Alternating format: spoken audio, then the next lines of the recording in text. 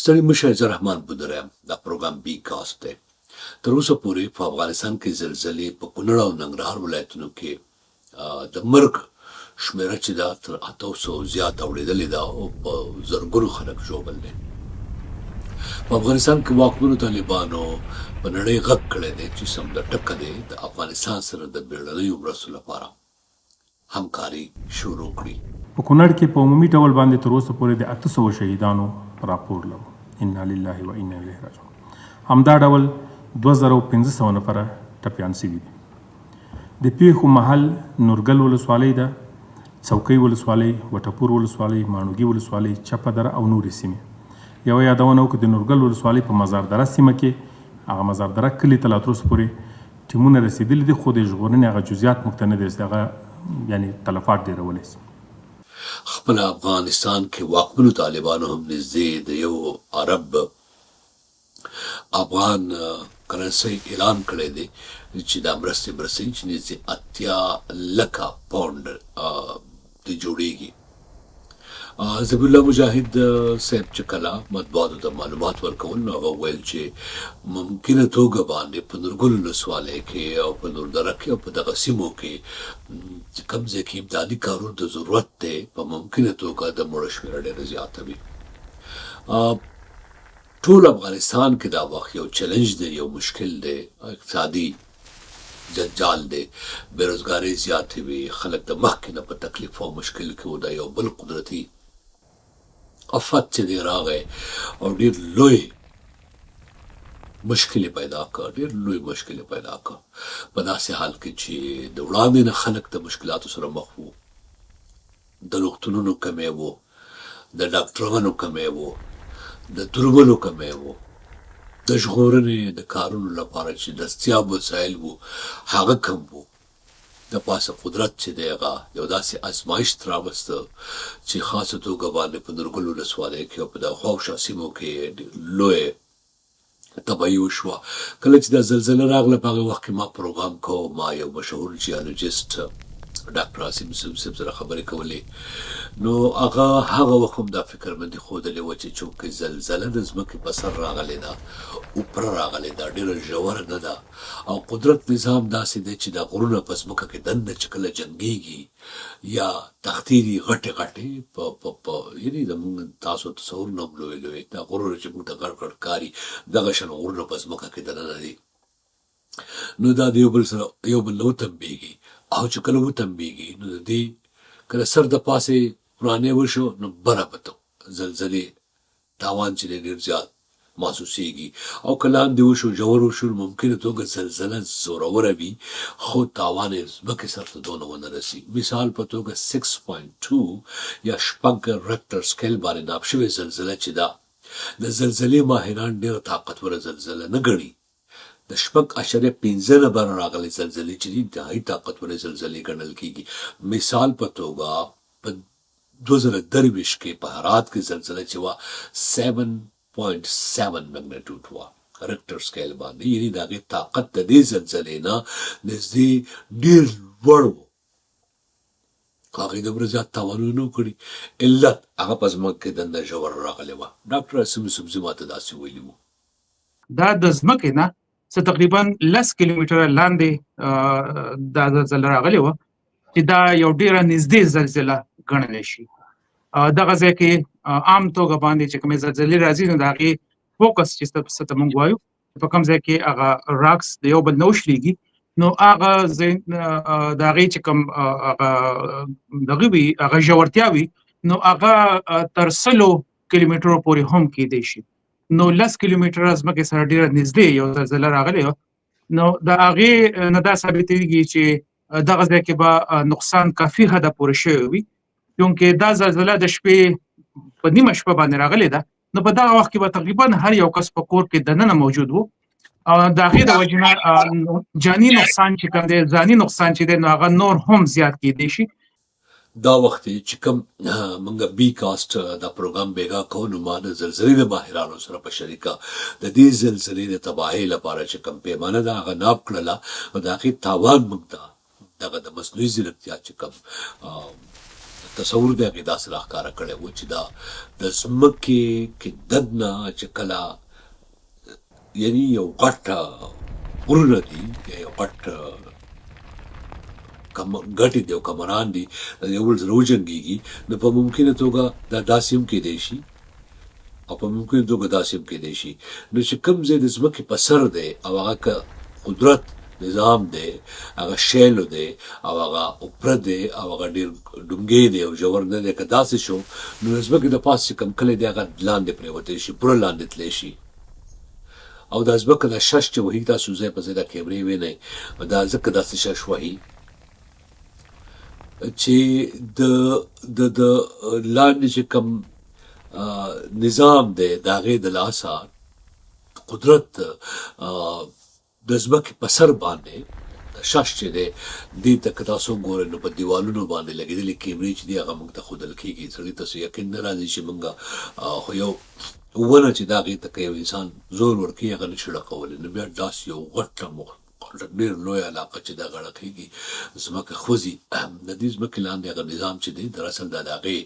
د لاسه داسې کېږي بهرحال اوس په دې ساعت کې نه یوازې دا چې څنګه طالبانو غږ کړی دی نړیوالو مرستو ضرورت دی ما دلته په امریکا کې په اروپا کې یا په نورو نړۍ کې خپله د افغانانو ټولنې هم ولیدې چې هغه لګیا دي مرستې ټولوي یو خبره چې زه په ذاتي توګه شخصي توګه کول غواړم هغه دا ده چې یوازې هغه خلکو ته مرستې ورکوئ کوم چې تاسو فکر کوئ یو ټولنه ده شخصیتونه دي او پېژنګلو لري په شخصي لیول باندې که څوک د مرستو کوشش کوي راغونډولو نو زما خیال به دا وي چې د هغې نه په ځای به خدا وي چې تاسو ټولنو ته مرستې ورکوئ یا نیغ په نیغه کم بینک دا کار کوي یا کم مثال په توګه که داسې شخصیت وي لکه اشرف غني صاحب یا بل نو خو سړی پېژني خو په دې حالاتو کې هر سړی کوشش دا کوي چې هغه خیرات زکات چې کم دی خپل ښېګړه چې د هغه افغانستان کې په دغه سیمو کې خلکو ته ورسوي ځکه چې ممکنه توګه د کفن دفن لپاره سامانونو ضرورتونه دي خلکو ته د خوراک ضرورت دی خلکو ته د درملنې ضرورت دی خلکو ته د علاج ضرورت دی اوس دا زلزله ختمه شوه خو د زلزلې افټر شاکس لا اوس هم را روان دي یعنې ټپونه اوس هم کېږي ځای په ځای 15 ځله زلزله راغلې ده د دې بېګانۍ زلزلې نه وروستو کوم چې د امریکا جیولوجیکل سروې رکټر سکیل باندې 6.2 ناپ کړې وه او د شپې په کم 12 بجې چې زلزله راغله هغه وخت مې پروګرام کړی و زه د دې زلزلې چې کوم جزیات دي په هغې کې ما ډېر څه ولیدل چې پوره کلي چې دي هغه د هغه ځای کې چې کوم میشت ولسونه دي هغو چې کوم نړیوالو رسنیو ته ویلي دي چې پوره کلي د ځمکې لاندې شوي دي یا د ځمکې سره یو شان شوي دي هوار شوي دي علت یې دا و چې یو خو دغلته په غرونو کې چې کوم کلي جوړ شوي کلي پخوا راسې په درګلو ولسوالۍ ته یا د خواوشا سیمو ته د کونړ سیند پورې راپورې غاړه که تاسو وګورئ نو دا د پښتنو په افغانستان کې د ډېرې زمانې راسې د کورونو جوړول چې و دا د خټو ګټو یو نظام و خټه به هم له هغه ځای د خاورې جوړوله ګټه هم د غره راغسته او بیا په دې کې کوم انجینیرنګ هم ذات چې کوم دی هغه نه کارول کېږي بس چې کوم ځایي خلک دی په کوم طریقه سره هغه پشت یا بنیاد وکړي او د پاسه په دیوال وکړي او بیا ستنه او بینچ او سخا او د پاسه په کوټه جوړه کړي او د کوټې د پاسه چې خاوره وي په هغې باندې یو طرف ته د اوبو د وښکلو نظام جوړ شي نو دغه کورونه ډېر زاړه وي پشتۍ چې دي اکثره د هغې